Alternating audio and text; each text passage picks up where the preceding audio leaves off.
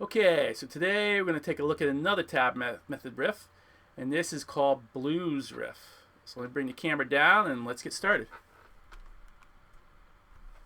Alright, so let me play it for you first.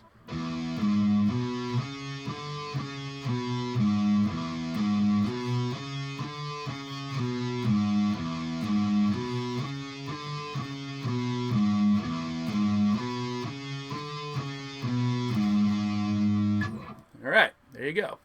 So the first thing is to try to figure out what you're supposed to play, what frets, and you kind of look at the tabs and stuff, and then at this point, I don't even care if you're just doing it with one finger.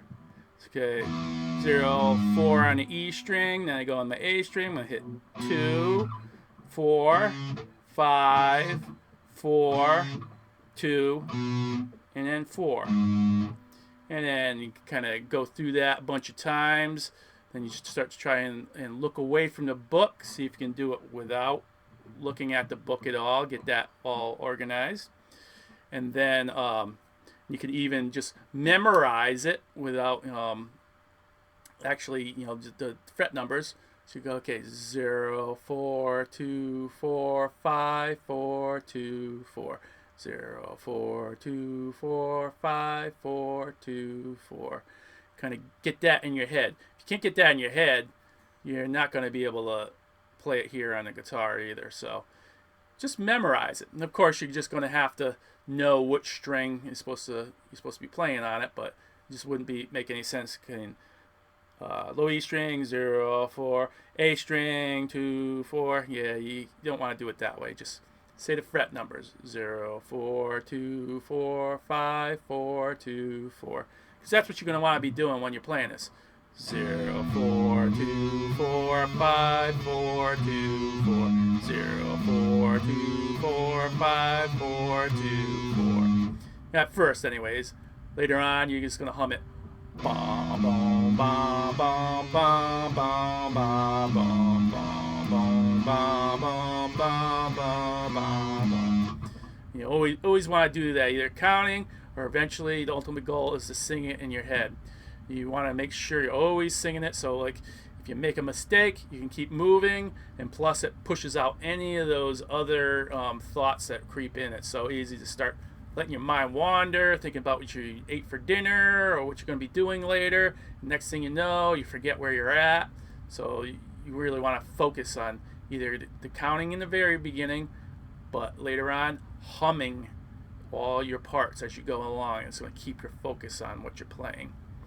So again, say you figured out where all that's supposed to be played. Next thing you need to do is figure out the best fingering. So what you want to do, find the note that you're playing, or look in the tabs that's closest to your nut, and then that would be the 2. So now I'm going to use my index finger there. Anything in this fret, I'm going to use that finger. Anything in that fret, that finger. Anything in that fret, that finger. So even though I'm going here on the E string, that matches up right here with my 3rd finger.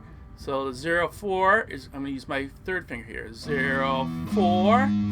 Then again, index finger here. Then you use my ring finger here. And then my pinky here. Ring.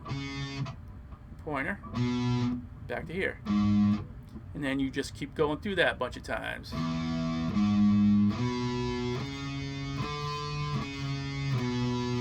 It doesn't matter if you have to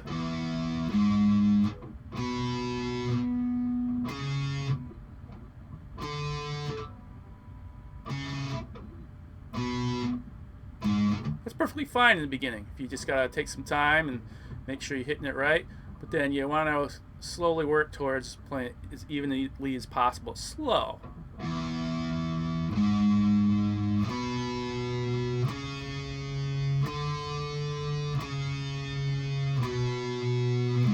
I'd rather hear that than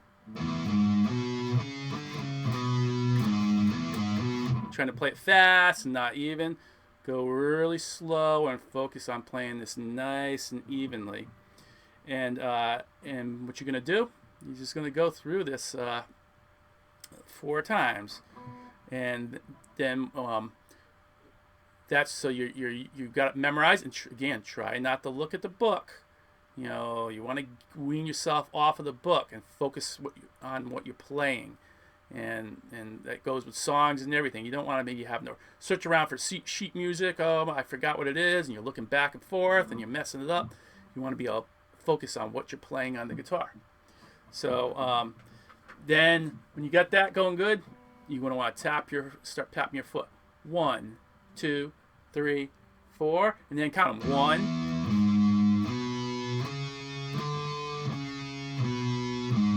2,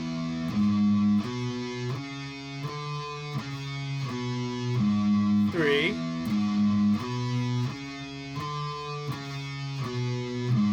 4.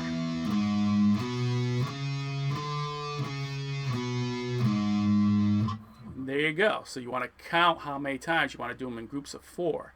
So make sure you count say the numbers in the very first note that you strike for each time through. And you want to get used to playing these in groups of 4. And then what you can do is you can do a group of 4, take a breather, and then go 1, 2, 3, 4. And start the whole thing all over again. Or you can kind of like just end it off. Say, you say this is the 4th one. You can just keep going straight through. So here's, say, number 4. Here's 4.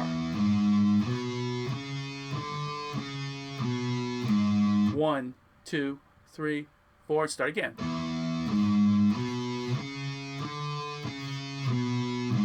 2, and so forth. So you're going to go through another 4, and then as soon as you're done with that, 1, 2, 3, 4, and then go through another one, and then 1, 2, 3, 4, go through 4 more, and then 4 groups of 4 is kind of good. And you can even take a break and if you want to do another set.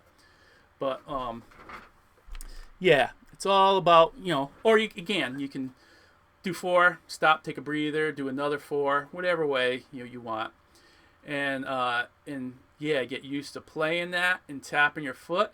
When you're ready, you add in like a drum beat or something, and drum beat or metronome, and try playing along with that. That way, you're staying in a nice tempo. If you're going too slow, you'll have to catch up to the drum machine, and then if you're going too fast, you'll have to slow down. Even if you're playing this and tapping your foot, it's very easy to start tapping your foot quicker in parts that you know better, and then slower in parts you're having troubles with. So playing along with a drum beat or metronome, or even if you're playing a little song, the backing track, that keeps you right on track, and you're going to get this stuff down a lot quicker. As long as you don't start to do it quicker than you're ready for. Make sure you do it nice and slow and evenly, and then start building up. So there you go. There is Blues Riff. If you have any questions, let me know. Otherwise, we'll see you in the next one.